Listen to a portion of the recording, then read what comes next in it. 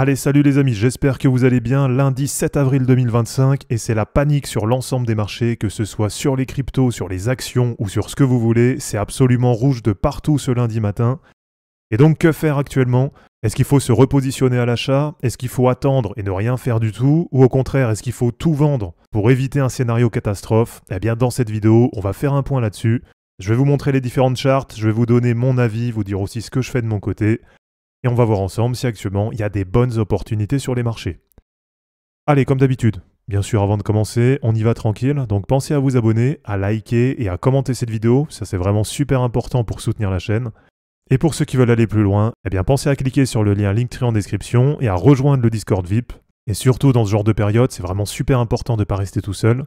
Et ça va en même temps vous donner accès à plein de contenus exclusifs qui va vous aider à réussir cette année 2025.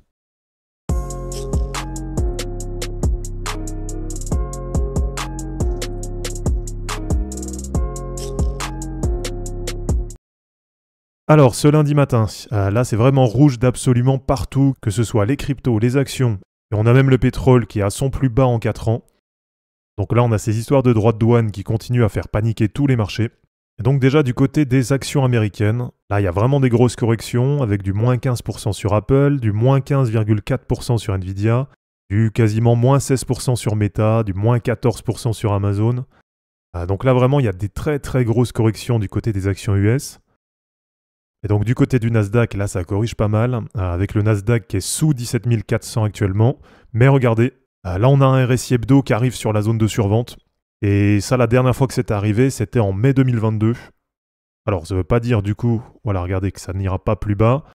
Mais en tout cas, on voit que là, ça arrive sur des niveaux de survente. Sur ce début de semaine, on aura sûrement des excès baissiers.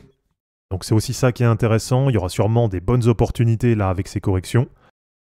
Et du côté du S&P 500, donc là ça revient à peu près sur les niveaux que j'attendais. Alors même si moi ce que j'aimerais, voilà, ce serait que ça revienne à peu près vers 4800. Donc en gros sur les points hauts de janvier 2022.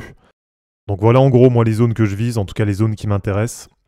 Et vraiment comme je vous dis, derrière ça veut pas dire que ça n'ira pas plus bas. Voilà, ça peut très bien refaire comme mai-juin 2022. Donc ça touche un point bas, ça remonte un peu. Et derrière ça recorrige pour aller plus bas. Mais quand c'est comme ça, on voit que ça va pas non plus beaucoup plus bas. Eh bien, même en se repositionnant ici, on voit que derrière, sous quelques mois, ça reste une bonne opportunité. Alors, en termes de retracement, là, sur les moyennes mobiles, on a des grosses zones là qui sont retravaillées. Donc, avec sur le S&P 500, un retest de la moyenne mobile 100 hebdomadaire. Donc là, c'est vrai que ça commence à faire des gros retracements. Et puis, pour le support d'en dessous, on a éventuellement une moyenne mobile 200 hebdomadaire qui est actuellement vers 4700. Donc, il se retrouve finalement pas très loin des niveaux que je vise. Donc, on va dire, pour être assez large, entre 4700 et 4900.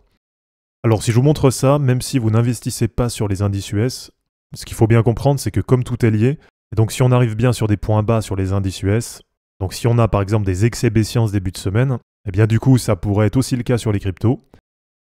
Et du côté des cryptos, eh bien ça y est, le retard est refait, donc les cryptos qui avaient bien tenu sur la semaine dernière par rapport aux actions, et donc finalement là sur ce week-end, grosse correction sur les cryptos, avec Ethereum qui prend quasiment du moins 20% sur la semaine, XRP moins 20%, Solana moins 21%, et qui se retrouve de retour sous les 100 $. Donc là c'est pareil, à voir un peu comment ça va évoluer. En tout cas là on a des retours sur des prix qui sont vraiment intéressants, en tout cas par rapport à ce qu'on a eu là ces derniers mois. Et donc si on fait un point du côté des cryptos, alors pour une fois on va commencer par Ethereum, et je voulais repartager hier sur Twitter et sur Telegram, puisqu'on a Ethereum là qui est allé chercher l'objectif de cassure à la baisse que j'avais défini, qui était tout simplement, je vous rappelle, le report de la hauteur du canal ascendant au moment de la cassure. Et donc on a bien Ethereum qui est venu chercher l'objectif à 1550 $, et qui se retrouve même maintenant légèrement en dessous, à 1460 $ ce matin. Alors là aussi du côté d'Ethereum, ce qui est intéressant, c'est qu'on a un retour de RSI sur la zone de survente. Donc finalement, la dernière fois que c'est arrivé, c'était là aussi en mai-juin 2022. Donc est-ce que cette fois aussi, ce RSI sur la zone de survente en hebdo, ça va constituer un bottom? Voilà, ça seul l'avenir nous le dira. Mais en tout cas, si on se fie aux indicateurs habituels, et si on se fie à l'historique des marchés, eh bien généralement, quand on arrive sur ces niveaux, voilà, quand on se projette un petit peu, sous quelques semaines à quelques mois, on voit que généralement ça reste quand même des grosses opportunités. Donc même si, je le répète, ça ne veut pas dire que ça n'ira pas plus bas, mais en tout cas sur les prix actuels, ça commence à être des niveaux qui en tout cas moi m'intéressent pour me replacer. Alors bien sûr, comme d'habitude, voilà, c'est toujours pareil, ça veut pas dire non plus qu'il faut se replacer sur n'importe quoi. Et donc pour les membres de la chaîne, donc forcément j'ai un wallet qui corrige comme tout le monde, mais par contre ce qui est intéressant, et ça je voulais partager dans la vidéo sur mon wallet que je vous ai fait la semaine dernière, eh bien c'est que maintenant avec la correction, voilà, j'ai en première position du wallet l'USDT, donc je me retrouve maintenant avec à peu près 28% d'USDT en wallet. Donc ça vraiment c'est intéressant puisque sur les derniers mois j'avais pris quelques profits sur les cryptos. Sur Bitcoin en novembre, j'avais pris aussi des profits sur BGB, sur SUI et sur une quatrième, je ne sais plus sur laquelle. Mais voilà, en tout cas sur novembre-décembre j'avais pris quelques profits sur des niveaux qui étaient quand même assez hauts. Et puis c'est vrai que depuis, même si ça a bien corrigé, plusieurs fois je vous ai dit voilà, peut-être que là je vais me repositionner, ça commence à être des niveaux qui m'intéressent. Mais finalement, à chaque fois ça partait plus bas, ça continuait de corriger assez rapidement. Donc c'est vrai que ça aussi, ça m'a permis de ne pas me repositionner trop tôt. Donc pour la suite, en termes de stratégie, vous voyez que c'est quand même toujours important de garder du cash, de garder de l'USDT. Et surtout, pas faire comme beaucoup le font, donc d'aller faire du DCA quand on a tout qui est vraiment haut. Mais plutôt voilà, d'être patient, d'attendre un peu. Et puis dans tous les cas, quand vous avez des liquidités de côté, ça va forcément servir au bout d'un moment. Donc le tout vraiment, c'est simplement d'être patient, de ne pas se précipiter, de ne pas aller racheter n'importe quoi. Même si, attention, c'est pas non plus parce que je considère qu'on a des prix qui sont intéressants aujourd'hui que pour autant je vais me réinvestir à 100% sur le marché. Et pour les membres de la chaîne, je vous ferai une autre vidéo que je vous sortirai sûrement dans l'après-midi où je vous montrerai plus en détail la stratégie. Donc quelle crypto m'intéresse éventuellement pour des recharges, au contraire, quelle crypto je ne veux surtout pas recharger dans ce que j'ai en wallet, et puis éventuellement quelques ajustements que je compte faire avec pourquoi pas une nouvelle fois des réallocations de wallet, donc vendre certaines cryptos pour aller renforcer pourquoi pas certaines positions qui me paraissent actuellement intéressantes. Donc voilà, en tout cas cette fois sur les indicateurs, notamment sur le RSI, qui est, je vous rappelle, quand même un indicateur super fiable à long terme en hebdo. On voit bien que là on arrive sur des niveaux qui sont historiquement bas, donc avec Ethereum qui arrive sur la zone de survente. Donc je vous rappelle quand même que les dernières fois que c'était arrivé, c'était en mai-juin 2022, et pour la fois d'avant, c'était en décembre 2018. Donc à ce moment-là, vraiment sur le bottom des cryptos. Et du côté de Bitcoin, là pour l'instant, sur ce début de semaine, on a la cassure baissière du canal ascendant. Et alors je voulais partager hier, pareil, sur Twitter et sur Telegram, de façon un peu humoristique, en vous disant que si je vous donnais l'objectif de cassure, je pense qu'il y en a beaucoup d'entre vous qui vont être désespérés, qui vont fermer les PC pendant 6 mois. Mais voilà, pour le moment, il n'y a rien de validé. Mais en tout cas, si on a bien cet objectif de cassure là qui se valide, on peut tabler pourquoi pas sur un retour de Bitcoin aux alentours des 52 000 $. Un retour à peu près sur les mêmes prix que lors des points bas en août-septembre 2024. Bon, pour le moment, il n'y a rien de fait. Perso, je reste toujours assez optimiste quand même là pour cette année 2025. Je pense toujours que ça ira plus haut, qu'on aura des nouveaux ATH sur le marché, etc., etc. Mais ça n'empêche que là, cette correction, elle est quand même assez impressionnante. Notamment, moi je trouve surtout sur les indices US. C'est vrai que ça faisait très longtemps qu'il n'y avait pas eu des énormes bougies comme ça sur le Nasdaq ou sur le S&P 500. Donc forcément, ça influe aussi sur les cryptos. Et donc du côté de la Total 1, du market cap total des cryptos, là du coup ça se dirige vers l'objectif de cassure baissière qui se situe pas non plus très loin d'actuellement, donc ça c'est quand même assez positif. Et on a l'objectif de cassure qui est autour de 2250 milliards. Alors là aussi on a des niveaux de RSI qui commencent à être bas, même si on n'est pas encore sur la zone de survente.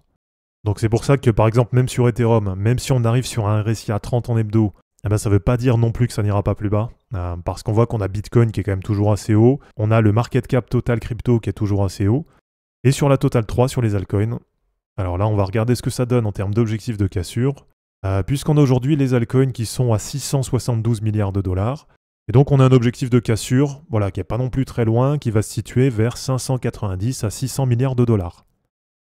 Donc là, en gros, on voit quand même que la tendance sur l'ensemble du marché, c'est de faire du 100% de retracement de la hausse qu'on a vu depuis le mois de novembre. Donc c'est vrai que c'est un peu dommage parce que ça met un vrai terme à la dynamique sur les cryptos. Et donc là, en termes de retracement, en termes de moyenne mobile, on a donc les altcoins de la Total 3 qui passent sous la moyenne mobile 50 hebdo. Et donc là, ce qui est assez cohérent en plus, c'est que cet objectif de cassure, on va dire vers 600 milliards de dollars, c'est un niveau qui va se situer vers la moyenne mobile 100 hebdo, donc c'est celle qui est en blanc, et la moyenne mobile 200 hebdomadaire. Alors sur Ishimoku, voilà, c'est pareil, ça montre bien que ce niveau il est assez cohérent, puisqu'on a le nuage là qui se situe à peu près vers les 600 milliards de dollars. Et donc même si là pour l'instant ça a beaucoup corrigé, mais actuellement pour le moment ça reste toujours en dynamique haussière. Et donc probablement qu'on va se retrouver un peu dans la même situation qu'à l'été 2024. Donc une nouvelle fois, il y a beaucoup de similitudes entre les deux périodes, donc entre la période actuelle et la période, on va dire, août-septembre 2024.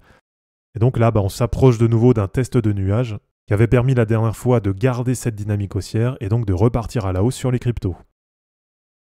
Allez, pour terminer, je vais vous montrer 2-3 charts là sur le marché avec déjà la paire ETH-BTC qui continue d'enfoncer, qui continue d'aller beaucoup plus bas, qui se retrouve maintenant à peu près sur les mêmes niveaux qu'en janvier 2020. Et pour terminer, une dernière charte, donc cette fois-ci du côté de l'adoption des cryptos. Eh bien, on voit que si on prend les cryptos face à l'USM2, donc face à la masse monétaire des États-Unis, là on voit bien que ça retrace aussi pas mal. Et là aussi, on voit que sur le cycle actuel, on se retrouve quasiment sur des points bas en termes de RSI, et donc sur les 2-3 dernières années, quasiment sur des points bas en termes d'intérêt pour les cryptos. Donc voilà, merci à tous d'avoir regardé cette vidéo, j'espère en tout cas que ça vous aura plu. Pensez à vous abonner, à liker et à commenter cette vidéo pour soutenir la chaîne. De mon côté, je vous mets tout ça en ligne, et je vous dis à bientôt. Ciao!